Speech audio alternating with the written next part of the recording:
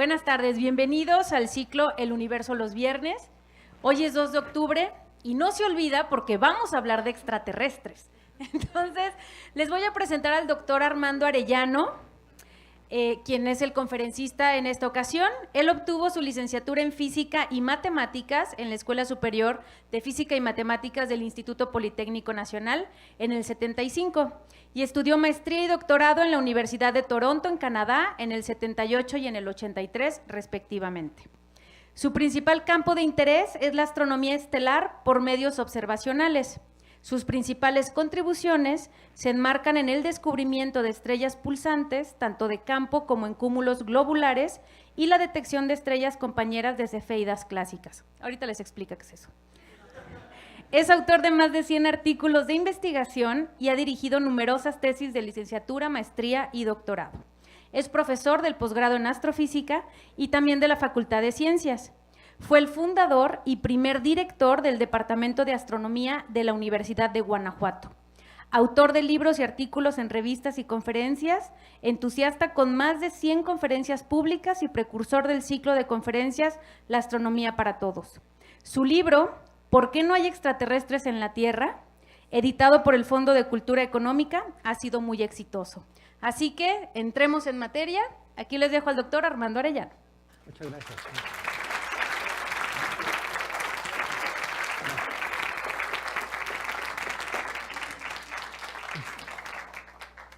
Me pusieron un micrófono aquí, ¿con ese me oyen bien los de adentro y los de allá afuera? Si no oyen, por favor avísenle a la gente local para no tener que cargar un micrófono aquí. Bueno, bienvenidos todos, muchas gracias por estar aquí. Da emoción dar una conferencia ante tanto entusiasmo de gente tan joven. No sé de dónde vengan todos ustedes, me sorprende la cantidad de gente que ha acudido a la convocatoria para estos ciclos de conferencias. Sigan viniendo, todas se ponen muy buenas. Los primeros viernes de cada mes hay una serie de conferencias, todas muy interesantes.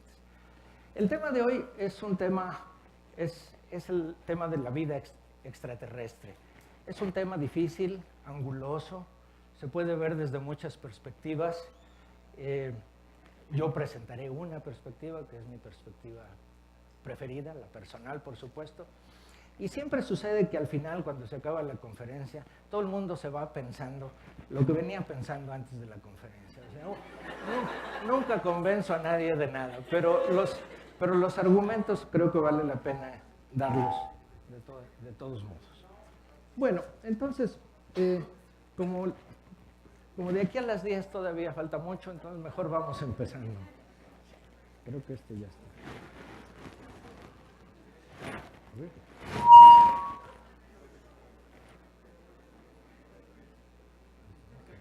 Ya está. Eso. Bueno, la vida en el universo es antigua y permanece, es una inquietud permanente, auténtica entre la mayoría de los seres humanos.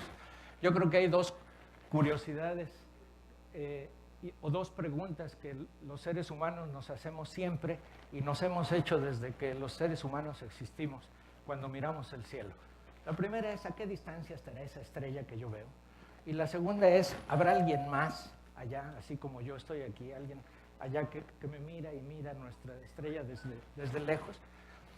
Las preguntas son naturales, son bien auténticas, pero su respuesta es complicada y ha tomado, para dar algunas respuestas o conjeturar algunas ideas, han tomado muchos cientos de años, quizá miles, de actividad científica, de pensadores, astrónomos, filósofos, que nos han ayudado a conjeturar sobre estas ideas.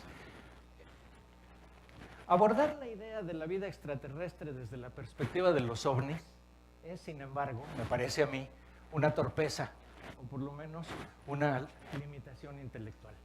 Yo creo que los seres humanos, con el bagaje científico que tenemos ahora, somos capaces de mucho más, de conjeturas mucho más sensatas, de mayor alcance, sobre la vida, la ciencia, la conciencia y la inteligencia.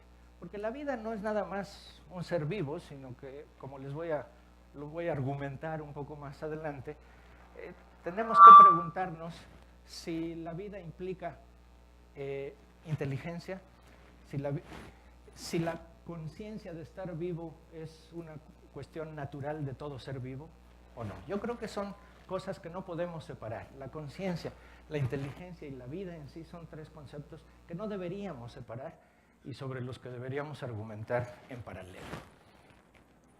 Entonces, yo creo que decir, por ejemplo, yo creo que tiene que haber vida, perdón por esto, no sé si lo tengo muy cerca o me alejo. Entonces, yo creo que tiene que haber vida porque el universo es muy grande, nada más. Yo creo que por el momento es un acto de fe. Y como los actos de fe no se discuten, pues no lo vamos a discutir aquí. Entonces, yo creo que hay otras maneras de acercarse al problema. Entonces, para abordar el problema hay que poner reglas fundamentales. Yo creo que no podemos tirarnos así como el que se tira a nado sin haberse metido al agua nunca. Tenemos que abordar el problema y mi propuesta es abordarlo sin inventar fantasías. Es una limitación porque uno siempre tiende a la ciencia ficción. Uno empieza a hablar de estas cosas y a los 2 minutos ya está diciendo, pero si esto, pero si fuera, y si hubiera sido. No. Yo los invito a que cuando pensemos en este tema, tratemos de mantenernos al margen de las fantasías hasta donde nos sea posible. Hace falta un método coherente de pensamiento para tocar estos temas angulosos. Esa coherencia que nosotros necesitamos para discutir este tema es la misma que nos llevó a desarrollar ideas valiosas y fundamentales.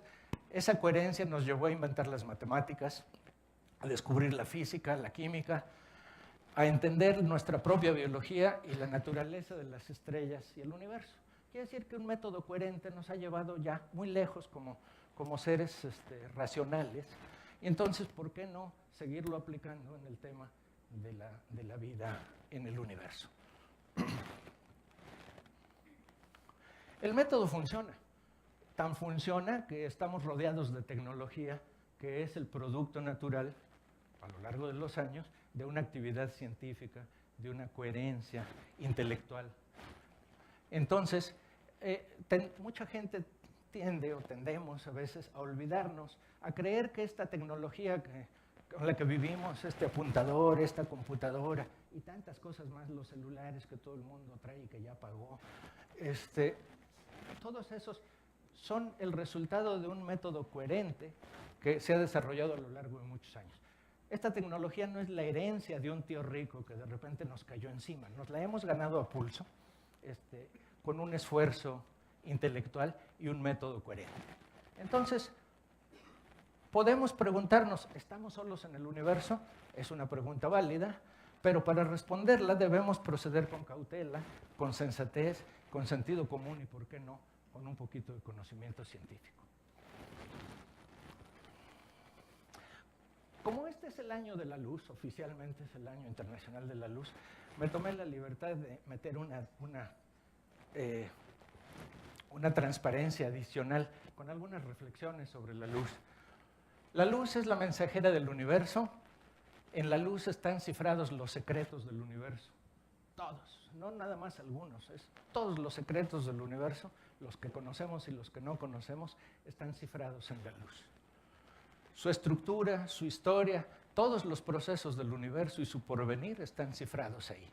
Y con eso están cifrados también los nuestros, nuestra estructura de nosotros los seres humanos, nuestra historia, nuestro futuro. Toda la información sobre el sistema del mundo está encriptada en esa energía que viaja por el universo en forma de radiación electromagnética, como le gusta decirle a los físicos, la radiación electromagnética. O si preferimos el término más coloquial, más familiar y más amigable, en la luz. La luz que nos llega del universo es más tenue que un suspiro. Y lo digo en realidad. Si ustedes, algunos han tenido la experiencia de observar o intentar observar una estrella, tomar fotografías o algo, verán que la cantidad de luz que recibimos de esas estrellas son unas cantidades ínfimas de energía. Y con ese poquito de energía tenemos que averiguar cuáles son los procesos físico-químicos que suceden en el universo y que al final han desembocado en nuestra existencia y en nuestra presencia. Todo lo que sabemos del universo lejano, antiguo, cercano o más joven nos ha llegado escrito en los rayos de luz o fotones. Contándolos, midiéndolos, fotografiándolos, hemos aprendido su lenguaje y hemos leído su mensaje. Esa ha sido la tarea de los observadores del cielo desde que el ser humano se tomó la molestia o respondió a la inquietud de preguntarse y tratar de responder qué era lo que veía allá arriba. Los secretos del universo nos llegan en suspiros luminosos, me gusta pensar a mí. Y entonces yo he propuesto, pero no me han hecho caso, que a los telescopios les cambiamos el nombre y se llamen recolectores de suspiros. Pero, bueno, entonces le cambié un poquito el título a la plática porque todo lo que vamos a decir tiene que ver con todo nos llega informado y encriptado en la luz. Entonces la plática que originalmente se llamaba La vida en el universo, etcétera, ahora se llama La luz y la vida en el universo, etcétera. Bueno, dicho esto a manera de introducción, vamos como dicen mis amigos los chilenos, a ir desenrollando la culebra poco a poco. El esquema general de la plática es el caso de los humanos en la Tierra. Es el único ejemplo de seres vivos que tenemos hasta el momento. Nos gustaría tener otros, pero no los tenemos. Entonces tenemos que entendernos a nosotros mismos primero y cómo llegamos aquí antes de empezar a aventurarnos más lejos. Entonces, después hablaremos de conciencia y de inteligencia. Ya dije que son dos conceptos que no podemos separar de la vida. Y vale la pregunta si la inteligencia y la conciencia convergen necesariamente en todo proceso de evolución biológica. Es decir, la vida surge y por lo tanto eso implica conciencia de estar vivo e inteligencia. Bueno, ese es el otro tema principal de la plática. Y finalmente vamos a hablar de los conceptos de vida. Ya que hablamos de vida, pues tenemos que preguntarnos cómo entendemos la vida. Y sobre todo cómo la entendemos con una definición que sea conceptualmente útil para extrapolarla al cosmos y no nada más en nuestro mundo cercano. Bueno, esta es nuestra casa, todos la conocemos, nuestro Sol, la familia de los planetas, en este pequeño planetita, el tercero, ahí vivimos, ahí nacimos, ahí crecimos y los únicos seres vivos que conocemos aquí están aquí.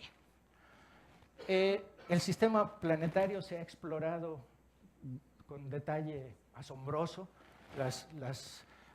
incluso in situ, ahora muchos otros cuerpos han sido explorados, se han buscado vestigios de vida o vestigios físico-químicos que pudieran apuntar hacia la existencia de vida y no se ha encontrado. Digamos, la respuesta clara en este momento a eso es: en el sistema planetario los únicos vivos somos nosotros y todos los que vivimos en este planeta. Quizá en otros planetas diríamos, bueno, sí, los últimos años del siglo pasado se empezaron a descubrir planetas alrededor de otras estrellas. Cuando yo era estudiante todavía de la facultad, no se conocían más planetas que los del sistema planetario y conjeturábamos que podría haberlos, que debería haberlos en otras estrellas. Y en 1985 se descubrieron los primeros alrededor de un pulsar y después en 93, 95 se descubrió el primer planeta alrededor de otra estrella. Y una vez que los astrónomos aprendieron cómo descubrir planetas, han descubierto miles de planetas alrededor de cientos de otras estrellas. Nada más, esta no es una plática sobre planetas extrasolares, entonces voy a rápidamente pasar por un par de pláticas sobre esa. Una de las misiones más interesantes, creo yo, que tiene que ver con la búsqueda de planetas alrededor de otras estrellas es la misión Kepler, que se lanzó el 6 de marzo del 2009. Y este satélite, que es aquí con un telescopio, se instaló en la parte de atrás, digamos, alejado del Sol de la Tierra, para mirar siempre hacia la parte oscura del cielo, a unos 1.600 kilómetros sobre la superficie de la Tierra. Bueno, este satélite lleva la misión fundamental de buscar planetas alrededor de otras estrellas. Y lo ha hecho muy bien, ha descubierto muchísimos. La técnica que usan es el del tránsito planetario. Ustedes quizás se acuerdan hace no mucho tuvimos el privilegio de ver cruzar a Venus enfrente del disco del Sol. ¿Por qué? Porque en su órbita alrededor del planeta de repente pues, pasa enfrente del disco, y eso es lo que los astrónomos conocen como un tránsito planetario. El planeta transita enfrente del disco de la estrella. Si otras estrellas tienen planetas, pues seguramente ocurrirán este tipo de tránsitos en otras. Y lo que nosotros esperamos ver en esos casos, si nosotros medimos la luz de la estrella durante mucho tiempo y de repente ocurre un tránsito planetario, este planeta bloquea un poquito de la luz de la estrella y entonces produce un eclipse. Entonces, si nosotros observamos muchas estrellas de manera continua y detectamos algunos eclipses, es con un poquito de la mecánica de las órbitas alrededor de un cuerpo alrededor del otro, se pueden calcular las propiedades del planeta, el tamaño de la estrella, el tamaño del planeta, la distancia y cosas así. Parece complicado, en realidad lo es. Sin embargo, aquí vemos en esta gráfica cómo a través de los años, miren, el primer planeta fue en 1996. En realidad, en los 80 había 2 planetas aquí, en 1996. Todas las barritas rojas fueron descubiertas con una técnica que se llama variaciones en la velocidad radial de la estrella, pero las verdes son los planetas descubiertos por Kepler, usando esta técnica del tránsito. Y entonces vemos cómo a medida que han pasado los años, el descubrimiento ha ido creciendo de manera casi exponencial aquí. Yo no lo tengo más que hasta el 2014, pero si aquí graficáramos 2015, tendríamos una barra que llega bastante más acá. Y seguirán descubriendo planetas por esto. Conocemos muchos actualmente. Estos son, digamos, algunos tamaños de los planetas que ha descubierto Kepler. Fíjense, esta es la Tierra, este es Júpiter, que nos resultan familiares, y todos estos grandotes los ha descubierto Kepler alrededor de otras estrellas, pero también ha descubierto algunos planetas muy pequeñitos, como estos, ¿no?, que se empiezan a parecer más a la Tierra. Es interesante descubrir planetas como la Tierra porque si volvemos al tema de la vida en otros lados, pues suena lógico pensar que si aquí se dio la vida, en otro planeta parecido a este, en una estrella parecida al Sol y con propiedades parecidas a las de aquí, pues sería más probable encontrar alguna forma de vida. Entonces, ha sido de especial interés encontrar planetas parecidos a la Tierra. Por ejemplo, bueno, esto es cómo se han ido descubriendo planetas a medida que pasa el tiempo. Esta gráfica llega hasta el 2013, pero también esto va creciendo. Sin embargo, la mayoría de los planetas que se descubren son planetotas, son planetas muy grandes, más grandes que Júpiter, casi todos. Fíjense la barra, cuántos se han descubierto más grandes que 10 veces la masa de la Tierra, y planetas con 10 veces menos que la masa de la Tierra. Entonces, planetas pequeñitos se han descubierto muy poquitos, porque como son poco brillantes es más difícil descubrirlos. Esta es una gráfica también un poquito antigua, está graficada hasta el 2012, y en 2012 se habían encontrado, bueno, déjenme ponerles aquí, la masa de la Tierra son 3 milésimas de la masa de Júpiter, más o menos. Entonces, esta gráfica, este eje está dado en masas de Júpiter. Entonces, debajo de 0.005, hay 3 planetas que son del tamaño de la Tierra, más o menos, están alrededor de este valor. Es decir, que entre todos estos planetas, hasta 1912 se habían descubierto 3 planetas parecidos a la Tierra, alrededor de otras estrellas. Si yo actualizara esta gráfica, cosa que no hice, perdón, esta barra quizá llegaría a 10 o a 12. En este momento se conocen una decena de planetas del tamaño de la Tierra. Entonces dice uno, bueno, vamos bien, pues ya tenemos un montón de lugares bien identificados donde podría haber algún desarrollo biológico que se pareciera, ojalá, al nuestro. Pero la pregunta que deberíamos hacernos enseguida es qué forma de vida buscamos, porque no necesariamente vamos a encontrar la misma situación y circunstancia y formas de vida que tenemos aquí. Entonces, curiosamente, cuando hablamos de vida extraterrestre, nuestra imaginación siempre nos lleva a pensar en seres desarrollados y comunicativos, así como nosotros, ¿no? Un poco diferente, siempre que ven ustedes los dibujos de los marcianos y los extraterrestres, siempre todos tienen sospechosamente una forma muy antropomórfica. Todos tienen 4 extremidades, un cerebro, una columna vertebral. No tiene necesariamente que ser así, pero eso es lo que imaginamos de primera entrada, ¿no? Sin embargo, yo creo que en esta Tierra, en este planeta, aquí donde todos nos conocemos, los seres vivos podríamos clasificarlos en 2 grandes familias. A mí me gusta llamarlos los activos y los pasivos. Los activos son aquellos que son capaces de promover su descubrimiento por alguien más. Es decir, que somos capaces de hacer señas para afuera para que alguien voltee y nos vea. Esos son los seres vivos activos. Los pasivos son los que están vivos, pueden ser muy complejos, pueden incluso tener un cierto grado de inteligencia, pero no son capaces ni se les ha ocurrido hacerle señas a nadie afuera para que voltee y nos vea. Pues ya ustedes pueden imaginarse quiénes son los activos y quiénes son los pasivos en este planeta. Pues los activos somos los seres humanos y, perdón por mis congéneres vivos en el planeta, somos los únicos que hemos andado preocupados haciendo señas para afuera, ¿no? Entonces somos los únicos seres vivos activos bajo esta definición en este planeta. Todos los demás, mi perro, los caballos, los delfines, las ballenas, los insectos, todos están vivos y tienen una complejidad extraordinaria, una biología compleja, hermosa, pero son pasivos. No miran para arriba y no andan buscando otras hormigas en otros planetas. Viven más tranquilos que nosotros quizá, pero no lo hacen. Los activos pueden promover su detección gracias a su conciencia. Yo estoy convencido de que la razón por la que nosotros andamos buscando a otros y que además nos vean es que estamos conscientes de que estamos vivos y que posiblemente haya otros iguales. Entonces la conciencia aquí empieza a jugar un papel muy importante.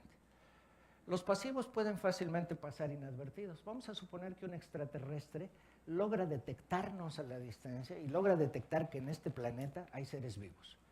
¿Por qué nos va a detectar? Nos va a detectar quizá por nuestras señales de radio, de comunicación, porque a lo mejor se escapan y las detecta.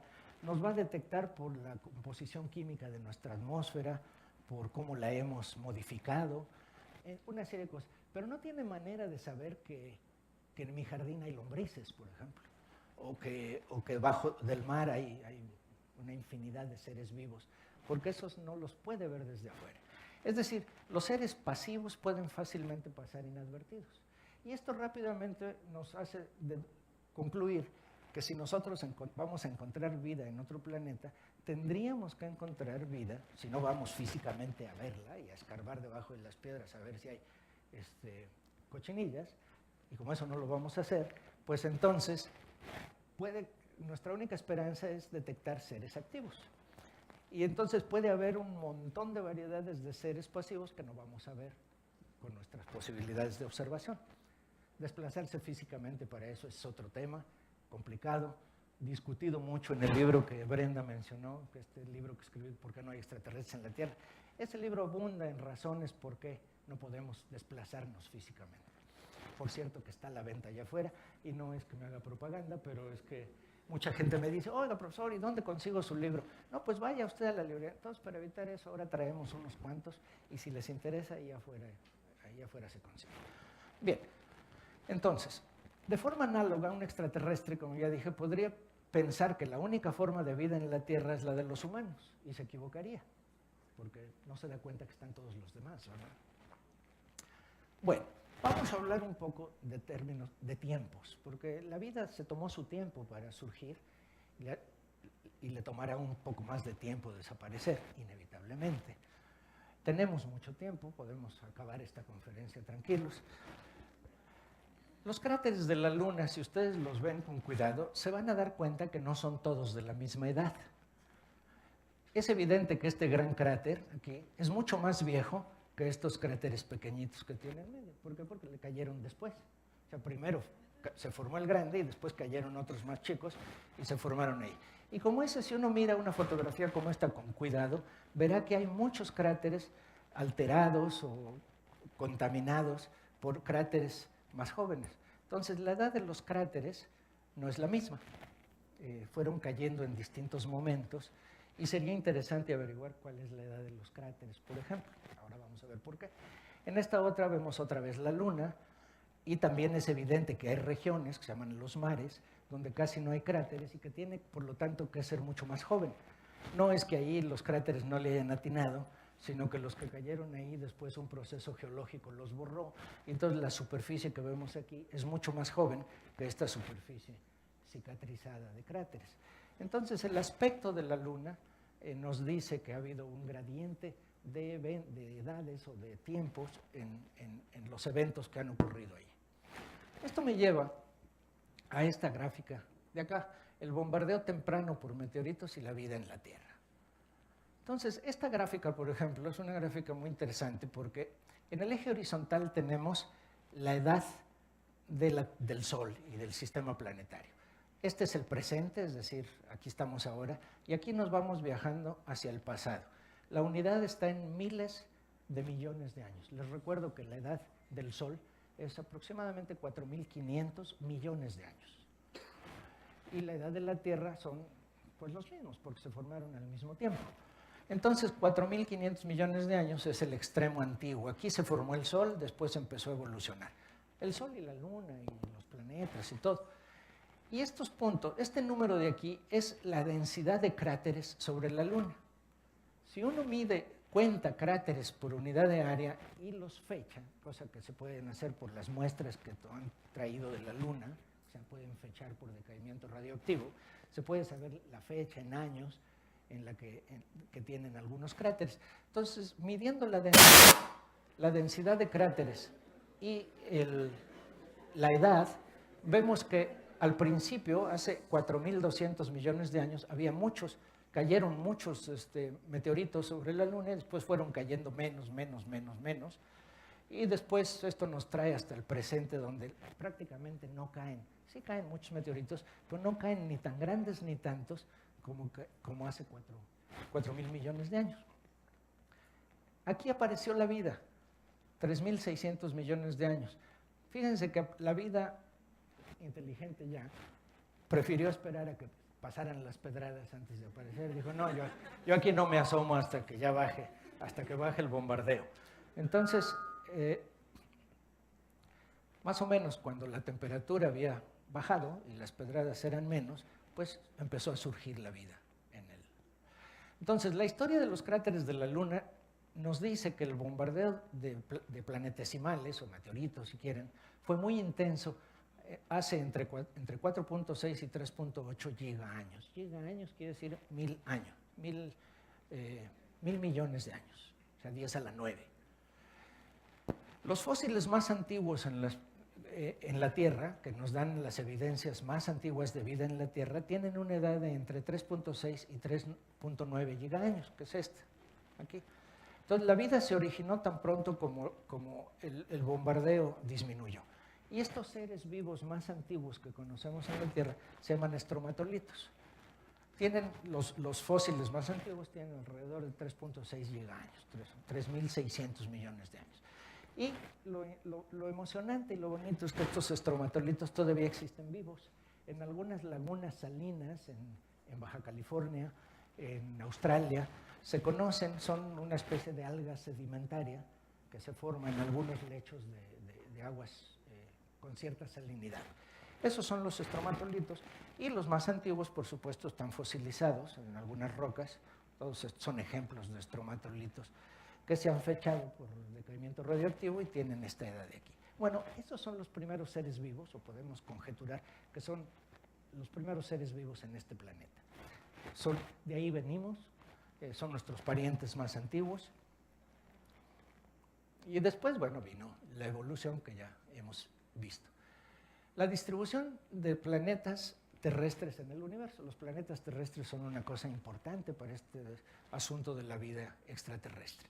Les voy a enseñar una gráfica que de entrada se ve muy difícil, muy complicada. No se dejen impresionar, la vamos a explicar. Parece complicada, pero no. Miren, otra vez el eje horizontal es el tiempo, pero ahora es toda la edad del universo. La edad del universo es, el Sol y el sistema planetario tienen 4.500 millones de años. El universo tiene 13.500 millones de años. Años más, años menos.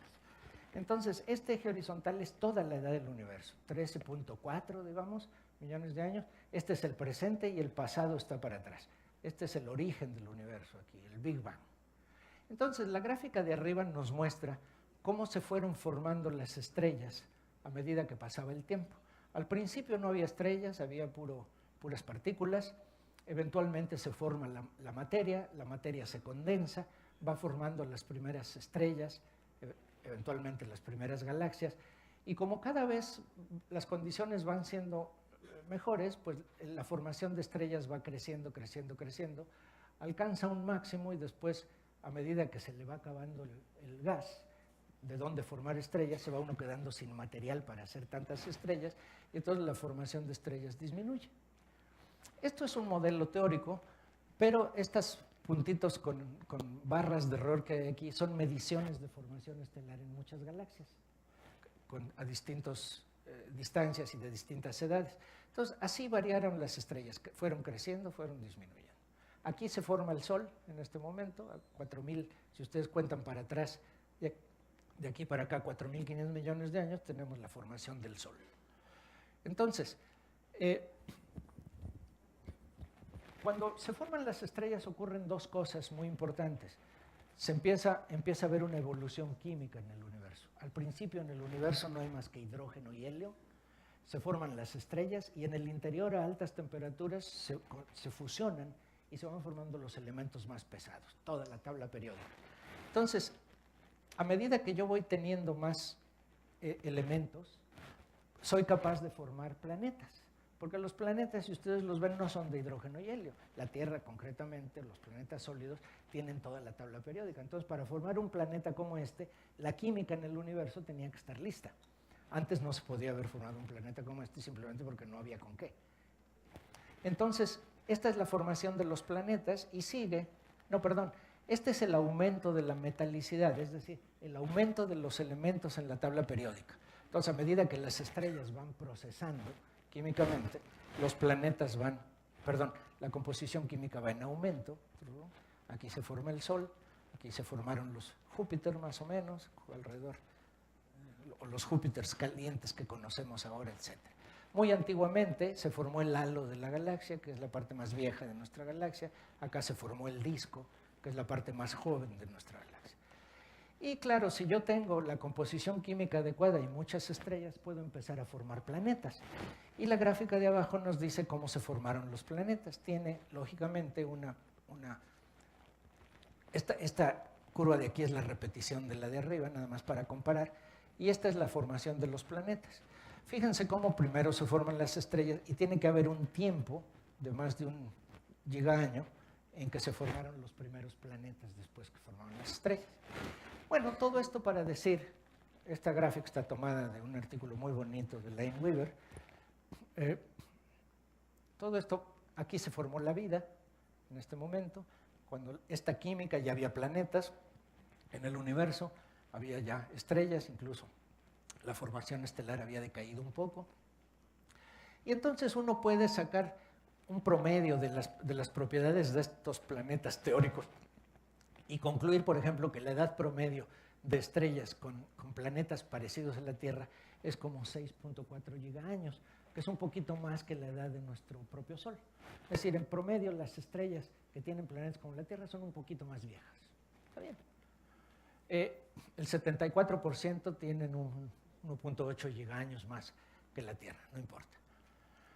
Y casi todos los planetas, o los planetas como la Tierra, tienen edades entre 3.3 y 9.3 gigaños. Es decir, que nuestro Sol, nuestra Tierra, nuestros planetas, encajamos ahí en ese esquema de manera muy clara. Y hay un retraso en la formación de tierras de 1.5 gigaños. Es decir, no nos formamos luego en el universo, sino hubo que esperar a que las condiciones físico-químicas fueran las correctas. Muy bien.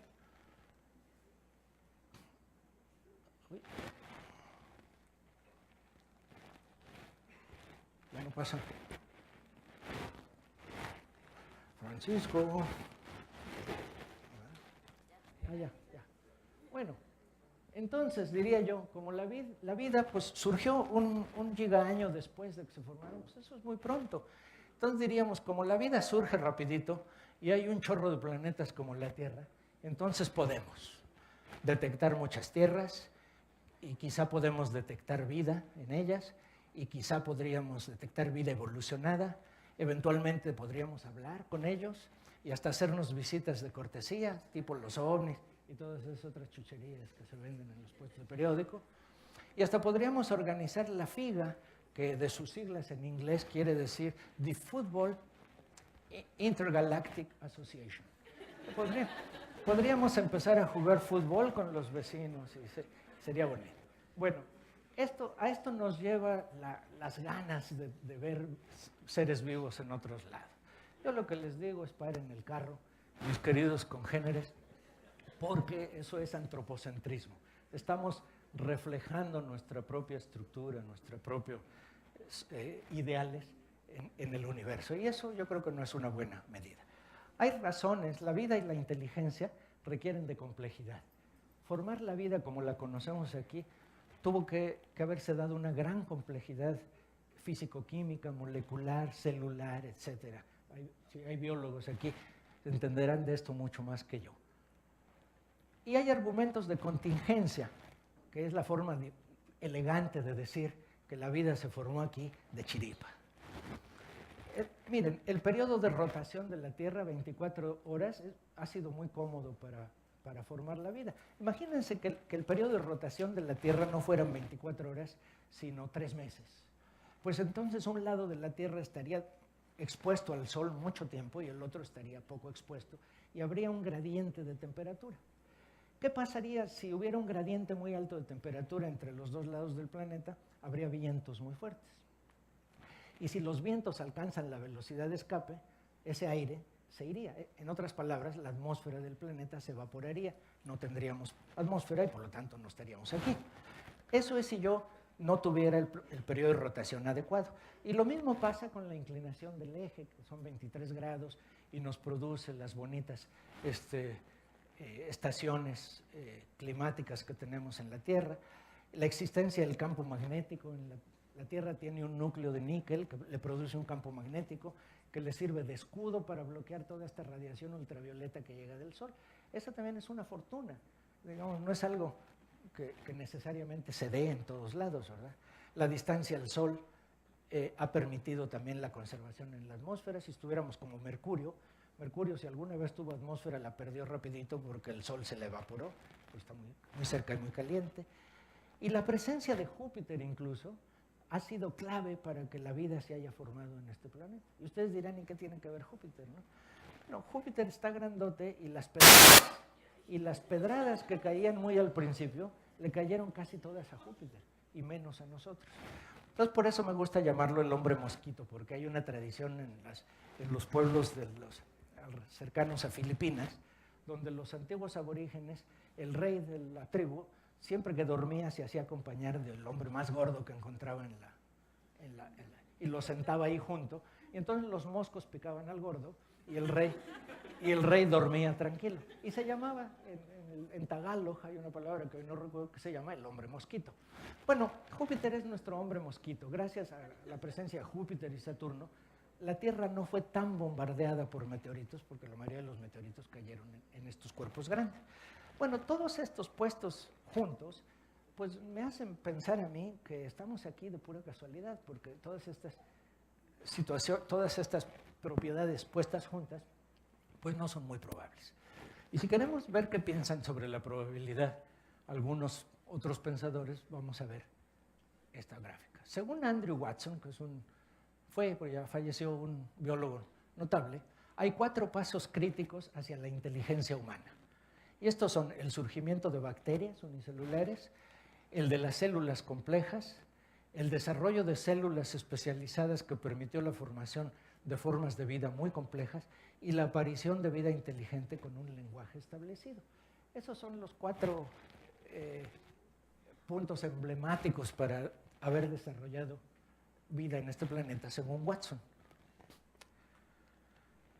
Según él también, hay el 10% de probabilidades de que cada uno de estos ocurra en 4.500 millones de años, pero la probabilidad de que ocurran los 4 es solamente el 0.01%. Y dicen, no, pues es una probabilidad muy baja. Pero entonces vienen los optimistas y dicen, bueno, pues no estamos tan mal, porque fíjate, en la pura galaxia hay entre 10 a la 11 y 10 a la 12 estrellas. Quiere decir que esta baja probabilidad se compensa con el gran número de lugares posibles donde podríamos tener vida y que se cumplan estas condiciones o algo parecido. Entonces no está tan mal, hay esperanza. Yo digo, y esto ya lo digo yo, que suponer que la evolución desemboca inevitablemente en la inteligencia es una posición antropocéntrica, por más que nos guste. Entonces, el periodo habitable de la Tierra, es decir, cuánto tiempo la Tierra puede estar habitada por seres vivos, es de unos 5.000 millones de años. Nosotros llevamos, bueno, si contamos a los estromatolitos, pues ya llevamos 3.600 millones. Sin embargo, nosotros, el Homo sapiens, o nuestros antepasados más cercanos, el Australopithecus, aparecieron solamente hace entre 3 y 5 millones de años. Es decir, aparecieron apenas hace un rato.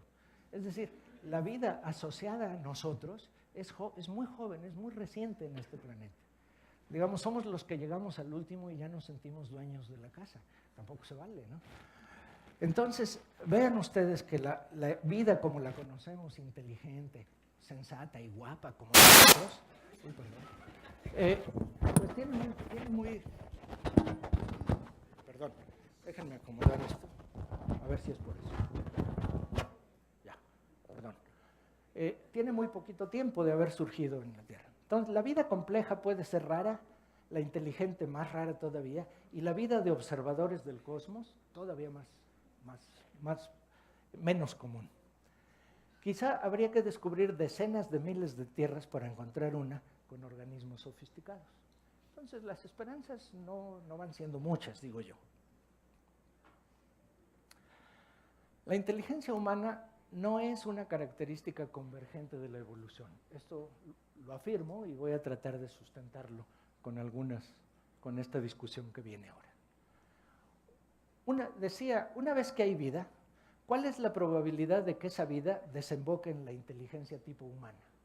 Entonces le preguntaron a Sagan qué opinaba, el famoso Sagan, y Sagan dijo, no, espérense, cuando buscamos vida en el universo, no buscamos cualquier forma de vida, estamos buscando al equivalente funcional de los humanos. Eso es lo que queremos encontrar, alguien que funcione como nosotros, aunque no sea como nosotros, tenga la misma funcionalidad. Y entonces él sugirió que una medida de esa funcionalidad podría ser construir y operar un radiotelescopio. Y no es descabellado, porque el radiotelescopio es actualmente el único instrumento que nos permite explorar el universo a distancias muy grandes, buscando señales de vida. No cuento las naves estas que van aquí entre los planetas, porque esas van aquí nomás, aquí cerquita. Con un radiotelescopio podemos llegar a otras galaxias, a otros cúmulos de galaxias.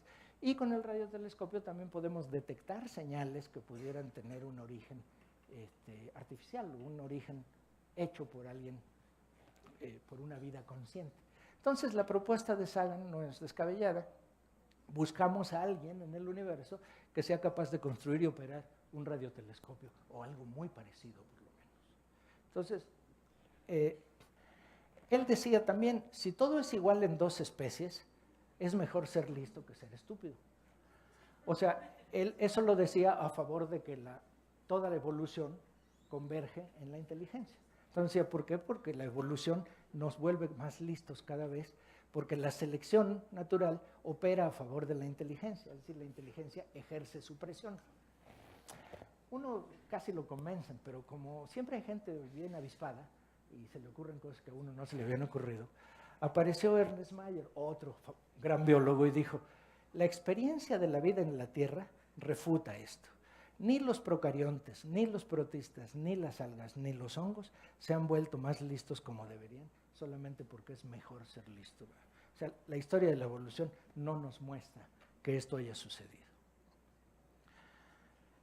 Sagan apoyaba sus ideas un poco en la evidencia fósil de la tendencia a la inteligencia. Todos hemos oído hablar del índice EQ como una medida de la inteligencia.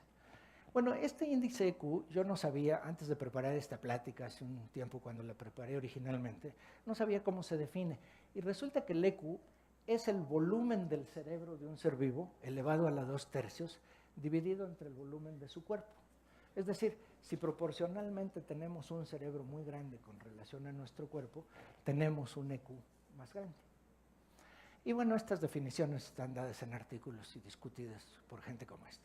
Y entonces Sagan graficaba el EQ, aquí está el EQ contra el tiempo, para distintas especies. Entonces, estos son 230 millones de años.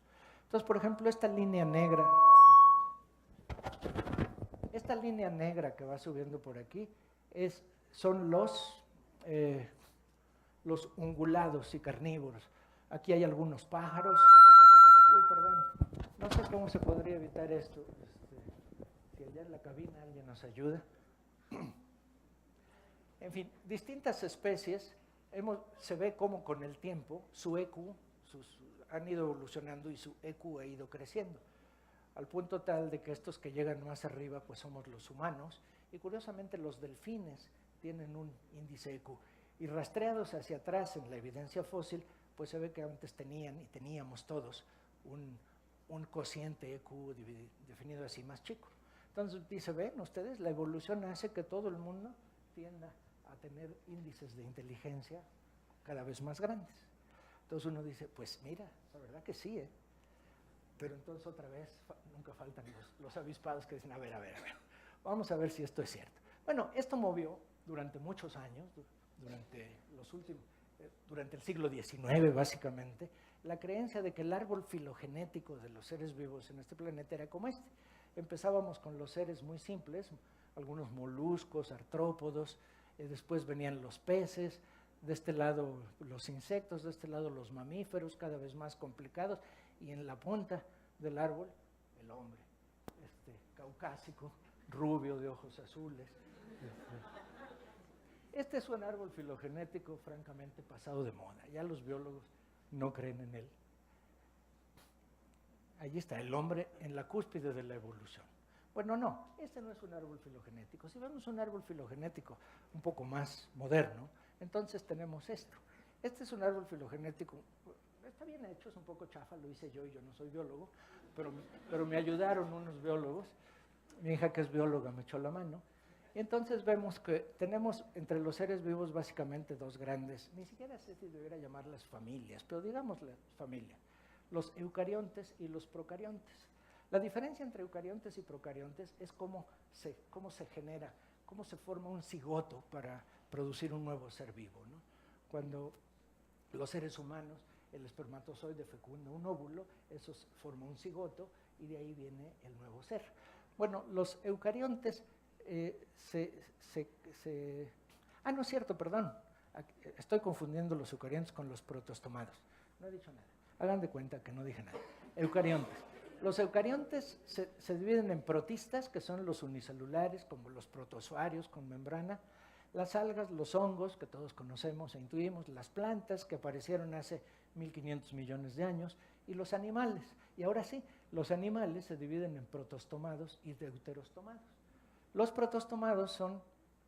deuterostomados somos nosotros, en donde se forma un cigoto, como ya decía antes, y los protostomados no, se reproducen de otra manera, como los moluscos, los insectos, ¿verdad? Entonces los protostomados derivaron en los invertebrados, son estos, y los deuterostomados derivaron en los vertebrados, que son básicamente 5 familias, las aves, los peces, los reptiles, los anfibios y los mamíferos. Y entre los mamíferos, pues están todos estos también por subfamilias, están las ardillas, el castor, el puercoespín, y ahí seguimos, las ballenas y los delfines, los canguros y el koala, los damas, los lemures, los monos y los humanos. Ahí nosotros estamos emparentados con los monos y con los lemures. Es decir, ahí estamos nosotros en el árbol filogenético y no en la punta del árbol como se pensaba antiguamente.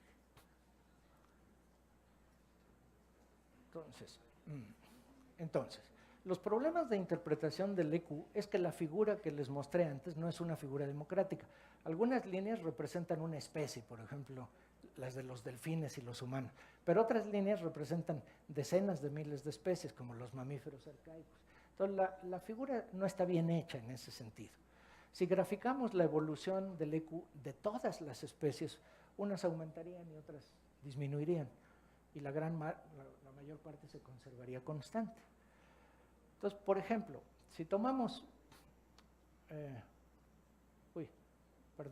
esta es la figura que mostré antes, ¿verdad? Entonces, si ustedes la ven con cuidado, verán que algunas líneas representan una especie, como esta, y algunas otras representan muchas al mismo tiempo. Entonces, la figura es tramposa. Hay más problemas de interpretación con el EQ. La selección es sesgada. Por ejemplo, si tomamos una característica extrema de un ser vivo, la que ustedes quieran, por ejemplo, el tamaño de los ojos, el tamaño de las orejas, o el tamaño de la trompa, concretamente, por ejemplo, cualquier característica extrema, grande o pequeña, y la rastreamos hacia el pasado, entre los ancestros del organismo, es muy probable que muestre un comportamiento monotónico y no creciente. Por ejemplo, tomemos la trompa del elefante y llamémoslo el NQ, es decir, el índice de nasalización del elefante. Entonces, ahora grafiquemos el NQ para atrás de muchas especies que tienen trompita o que han tenido, por ejemplo, el tapir. Aquí está la evolución del tapir, aquí hay otros, este ni sé qué es, pero bueno, aquí está el mastodonte, el elefante y hay algunos otros. Y vean cómo la nariz, pues apareciera que les fue creciendo a medida que fueron evolucionando. Es decir, que si esto fuera cierto, pues nosotros tendríamos que ser cada vez más narizones, y sería motivo de orgullo tener una nariz grandota, como muchos se enorgullecen de su alto índice EQ, ¿verdad? Bueno, esto no es representativo de la evolución en general, porque esto sucedería con cualquier característica extrema que nosotros rastreáramos hacia el pasado. Entonces, lo que podemos concluir de ahí es que el EQ y la inteligencia tipo humano están solamente tenuemente ligados. Hace 600 millones de años surgieron dos grupos de seres vivos, o metazoos, como dicen los biólogos, de seres vivos muy complicados. Los protostomados, que ya dije que son estos, los artrópodos, moluscos, anélidos, entre ellos el pulpo, y los deuterostomados, que son los grandes mamíferos vertebrados, entre ellos nosotros, y el delfín, por ejemplo, ¿no? Hace entre 60 y 20 millones de años los delfines desarrollaron un alto índice EQ. Han tenido el suficiente tiempo, tanto pulpos como delfines, han tenido muchos millones de años para fabricar un radiotelescopio y todavía no lo han hecho. Entonces, no califican en el equivalente a la funcionalidad de seres vivos que estamos buscando en el universo. Entonces, todos consideramos que mi perro es muy inteligente porque da la patita, hay caballos que suman, no dudo de su inteligencia, pero esa inteligencia, esa definición de inteligencia no nos sirve en términos cósmicos y mucho menos en términos de esta búsqueda, esta gran búsqueda de vida en el universo. Entonces yo creo que estas cosas conviene recordarlas.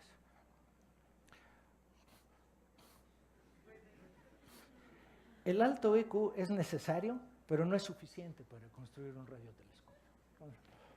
Sí, cierto es que si nosotros no tuviéramos un EQ alto, tampoco habríamos construido un radiotelescopio. Pero si uno vive debajo del agua y no tiene manos, como las ballenas o los delfines, la tiene más difícil, ¿no? Bueno, este es otro árbol filogenético que les gusta más a los biólogos. Entonces, este es el árbol filogenético antiguo. Entonces nosotros aquí estamos, ahí estamos los humanos, acá no estamos.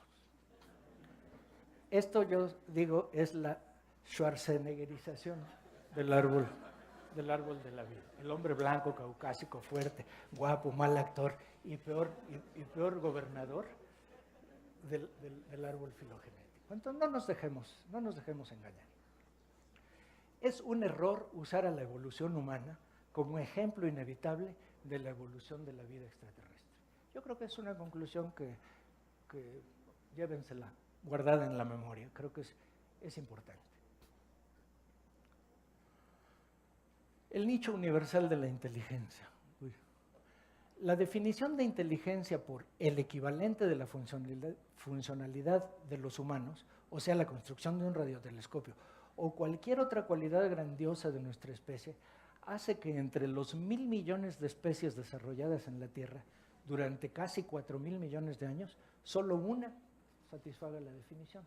Entonces no es una definición inteligente, ¿no? Pero esa es la realidad.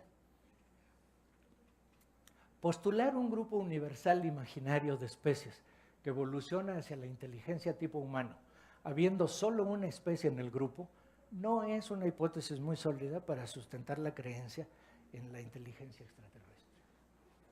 ¿Okay? Bueno, estas son algunas consecuencias, casi me acerco al final. Cualquier especie evolucionada en la Tierra, pero realmente cualquiera, tiene a sus antepasados más cercanos aquí en la Tierra. Nosotros, por ejemplo, tenemos a nuestros antepasados más cercanos aquí en la Tierra. No los podemos buscar fuera de la Tierra, ¿no? Estamos más relacionados con especies con las que hemos compartido 3.500 millones de años de evolución, de antepasados comunes, de un medio físico-químico homogéneo, etc., que otras posibles formas de vida en otros planetas. En estos términos de inteligencia, digamos, y estrictamente bajo estos términos, tenemos que aceptar que los humanos estamos solos en la Tierra. No porque no haya otros seres vivos, sino no hay otros seres vivos con estas características. Entonces, en ese sentido, es que estamos solos en la Tierra. Y si estamos solos en la Tierra, diría Lineweaver, si consideramos que la especie humana es única y solitaria en la Tierra, siempre en estos términos, entonces a fuerza somos únicos y solitarios en el universo. No es una conclusión muy alentadora, ya veo que muchos empiezan a parar e irse enojados y decepcionados, tranquilos. Yo creo que esta línea de pensamiento pues, nos lleva a estos rincones necesariamente. Hay dos conclusiones, no son las últimas, no estoy terminando con esta, casi termino, pero hay dos conclusiones que conviene recalcar en este momento.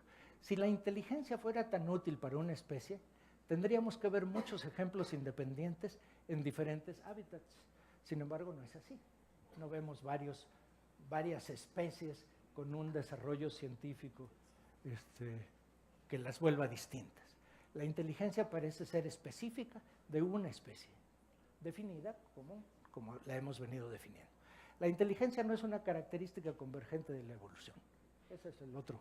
Perdón, fui muy rápido. La inteligencia no es una característica convergente de la evolución. La otra cosa de la que hemos estado hablando a la ligera es de la vida. Yo creo que tenemos que preguntarnos qué es la vida, cómo la entendemos. Todo depende cómo la definimos, por ejemplo. ¿Cómo sabemos si nuestro concepto de vida es suficientemente útil en un contexto cósmico? Casi todos los libros de biología nos dicen que la vida es aquello que es capaz de autorreproducirse, por ejemplo. Pero yo creo que hay contraejemplos. Si yo en una cápsula hermética pongo una pareja en edad de reproducción y las mando al espacio, uno dice, pues van a tener un montón de hijos. Pues ¿qué creen que no? Se van a morir. ¿Por qué? Porque les falta el entorno, les falta el ecosistema que les permite vivir. Los virus, por ejemplo, no se autorreproducen. Entonces, ¿están vivos o no están vivos? No están vivos porque no. Estos son los virus, son preciosos. Hay tal variedad de virus y todos son tan bonitos como las nebulosas planetarias, pero chiquitos. ¿Están vivos los virus? No, porque no se autorreproducen, diría la definición de vida en este planeta. Carecen de metabolismo, es decir, de aquel mecanismo que les permite convertir energía externa en energía utilizable por su organismo. Eso es el metabolismo. Y los virus no tienen metabolismo. Entonces, ¿están vivos o no? ¿Necesitan ayuda para reproducirse? Pues claro, ¿quién no? Todos necesitamos ayuda para reproducirnos. Los ecosistemas son obligatorios. Ustedes son muy mal pensados. Yo me refiero al ecosistema que sustenta los distintos grupos de vida, ¿verdad? El concepto de autorreproducción como parte de la definición carece de sentido y les voy a poner dos ejemplos. Reproducirse o ser reproducido. Nosotros actualmente podemos formar seres humanos in vitro. Entonces, ese ser humano no se está reproduciendo, lo estamos reproduciendo. Entonces, no se está autorreproduciendo. Entonces, ¿no está vivo? O bien, piensen ustedes en las computadoras. Hoy las líneas de producción de computadoras como esta están controladas por otras computadoras. Entonces, se están autorreproduciendo. ¿Eso las vuelve vivas? No. Entonces, la autorreproducción como parte de la definición no tiene mucho sentido. Esas luces que me prendieron, querrá decir que ya tengo que ir acabando. A lo mejor, ¿verdad? Ya me falta poquito y me voy rapidito. Hemos evolucionado tanto que quizá nos cuesta trabajo reconocer en los virus a nuestros antepasados. Sería más sensato preguntarnos si hay virus en otro planeta a esperar encontrar Homo sapiens, por ejemplo. ¿Estamos solos en el universo? Pues eso depende de quiénes somos nosotros. Si yo pregunto, ¿los mexicanos estamos solos en el universo? Pues sí, no hay otros, estoy seguro, y mejor. ¿Los humanos estamos solos en el universo? Pues yo creo que también, claro. ¿Los mamíferos? Probablemente sí. ¿Los vertebrados estamos solos? También probablemente sí. ¿Los eucariontes están solos? Probablemente sí. ¿La vida basada en el ADN? Probablemente no. A lo mejor hay otra forma de vida basada en el ADN. ¿Los sistemas fuera de equilibrio están solos en el universo? Todo lo que disipa energía, las galaxias, las estrellas, ¿están solas en el universo? No, porque hay un montón.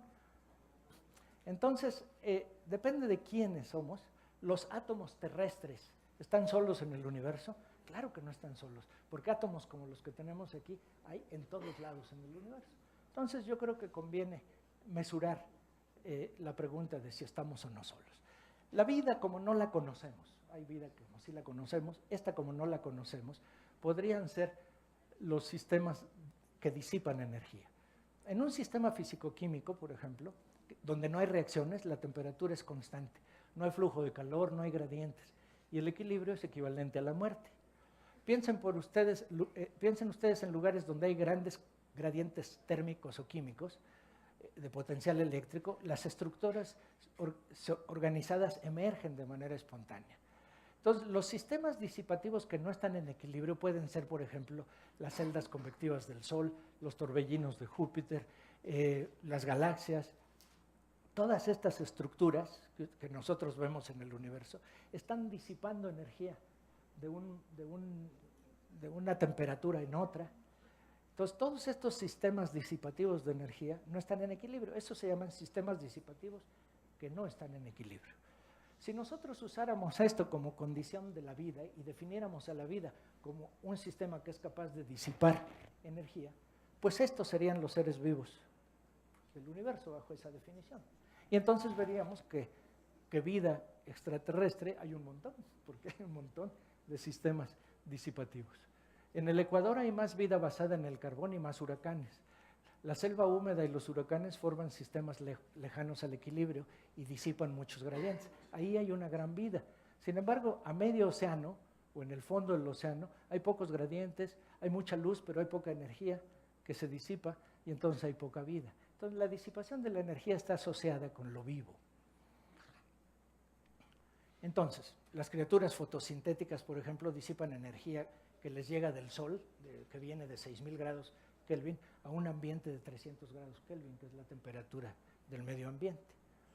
Entonces, una estructura disipativa lejana al equilibrio podría usarse como una definición de vida más amplia y que incluya la vida basada en el ADN y mucho más.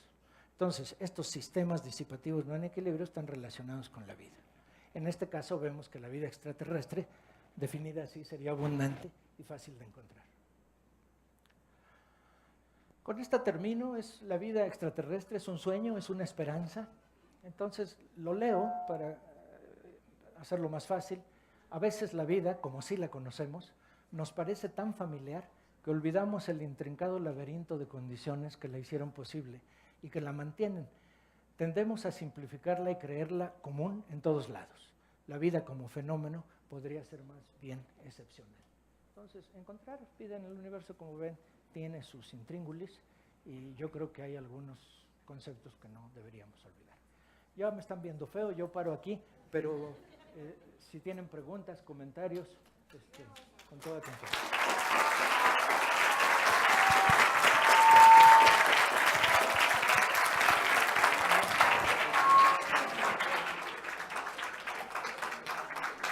Jóvenes.